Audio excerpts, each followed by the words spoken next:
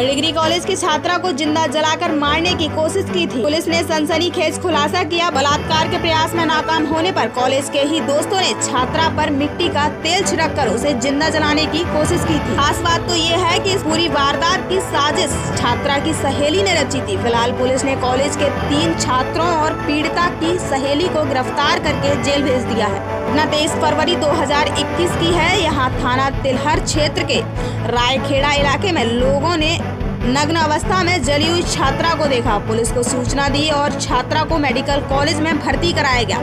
लखनऊ में इलाज के दौरान उसने अपने साथ हुई दरिंदगी की जो घटना सुनाई, उससे मजिस्ट्रेट के भी रोंगटे खड़े हो गए। छात्रा का कहना है कि कॉलेज पहुंचने पर उसकी सहेली ने उसे कुछ लोगों से मिलवाने की बात कही थी। इसके बाद वह कॉलेज के मनीष, राजू, सुभाष और उसकी सहेली पिंकी उसे एक सुनसान बाग में ले गए, जहाँ उसके दोस्तों ने उसके साथ दुष्कर्म की कोशिश की।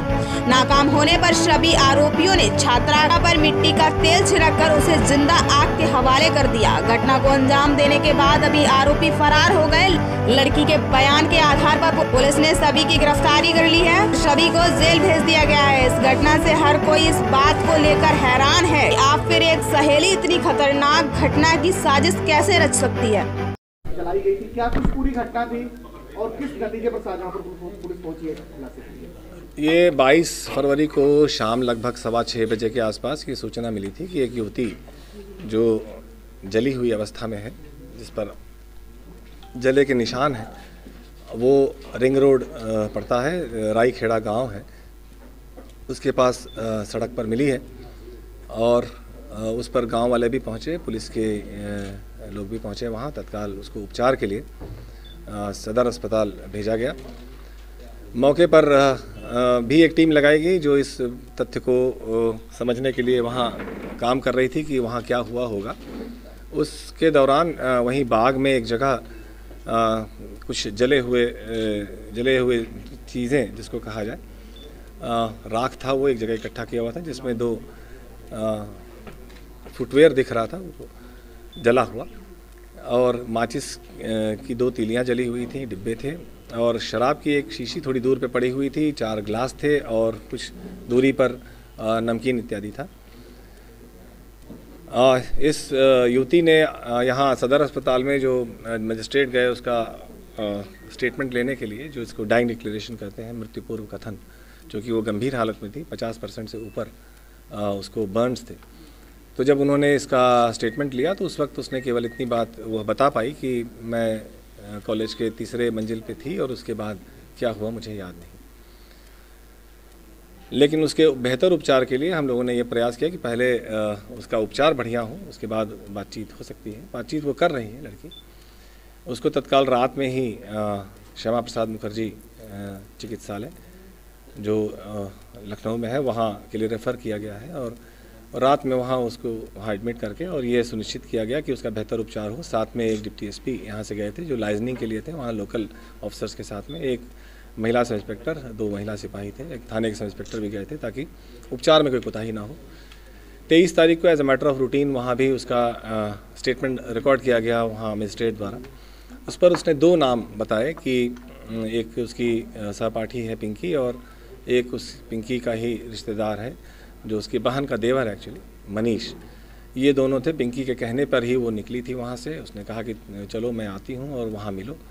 इस पर मैं बाहर निकली, और उसके बाद फिर मनीष के साथ में 2 नामों के बाद हम लोगों ने ये प्रयास किया कि और भी चीज़ें क्लियर हो जाए। तो क्योंकि वो लड़की बात करने की स्थिति में थी, तो उनके परिवार वालों से अनुमति लेकर और उनके सहयोग और सहमति से उसके और भी धीरे धीरे कुछ चीज़ें पूछी गई। जब भी वो बात करने की स्थिति में रहती थी तो उससे पूछा गया, तो कई उसके वीडियोस बनाए गए ताकि चीज़ें क्लियर हों। तो उस आधार पर ये बात समझ में आई कि उसने यह कहा कि हमारे साथ 3 लोग थे, जिसमें एक मनीष था, एक राजू था जो पिंकी के बुआ का लड़का है, और एक सुभाष था जो सहपाठी ही है और पिंकी का भी मित्र है और मनीष का भी मित्र है। पिंकी ने ही कहा कि तुम चलो मैं आती हूँ, और इसके पहले भी उसने ये बताया कि पिंकी ने अपने इन मित्रों से उसकी दोस्ती कराने की कोशिश की थी और उससे वीडियो कॉल कराने की कोशिश की थी, लेकिन इसके द्वारा मना कर दिया गया था। इसके बाद इसने यह भी बताया कि इन तीनों ने वहाँ पहुंचकर राईखेड़ा पहुंचकर वहाँ इसके साथ गलत करने का प्रयास किया और जब इसके द्वारा रेजिस्ट किया गया तो उन्होंने मिट्टी का तेल छिड़ककर इसको आग लगाया, जान से मारने की कोशिश की और इस पर वो भागी वहाँ से। उसके बाद किसी तरह से गांव वालों ने मिलकर और पुलिस ने मिलकर उसकी सहायता की और उसका उपचार के लिए उसको अस्पताल लाया गया। ये एक ऐसा बयान है जिसकी सैंक्टिटी बहुत है। ये मृत्यु पूर्व कथन जिसको कहा जाता है, ये एक ऐसा एविडेंस है जिसको ओवररूल करने के लिए उससे बेहतर एविडेंस की आवश्यकता होती है। इसलिए हम लोगों ने हमारे जो इन्वेस्टिगेशन की दिशा है वो इसी तरफ जारी रखी, क्योंकि वो पीड़ित युवती का कथन है और ऐसे गंभीर परिस्थिति में दिया गया कथन है जिसको गैंग डिक्लेरेशन कहा जाता है। इस आधार पर यहाँ उनके द्वारा जो बताया गया है युवती के द्वारा और उनके माता पिता के भी संज्ञान में था, उस पर ये 4 अभियुक्तों को गिरफ्तार किया गया है, जिनके नाम पिंकी है, मनीष है, राजू है और सुभाष है। इसी दौरान उस घटनास्थल जहाँ पर उसके कपड़े जले हुए मिले थे एक साथ, वहाँ दोबारा हम लोगों ने प्रयास किया जाकर पता करने का कि वहाँ क्या हुआ होगा।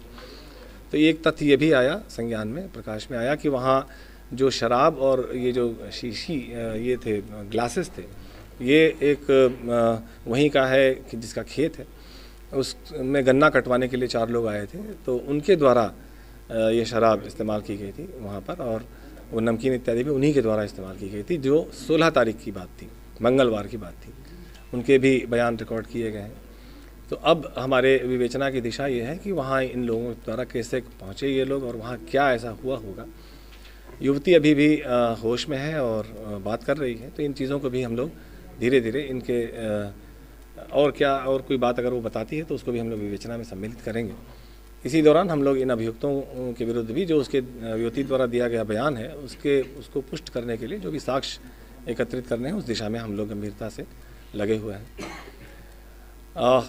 जहाँ तक इनके स्टेटमेंट्स की बात है, वो अभी तक उनके द्वारा इनकार किया गया है कि घटना उनके द्वारा नहीं की गई है, लेकिन और भी ऐसे तथ्य हम यदि संज्ञान में आता है उनके विरुद्ध जो साक्ष्य हैं उनके आधार पर हमारी कार्रवाई होगी।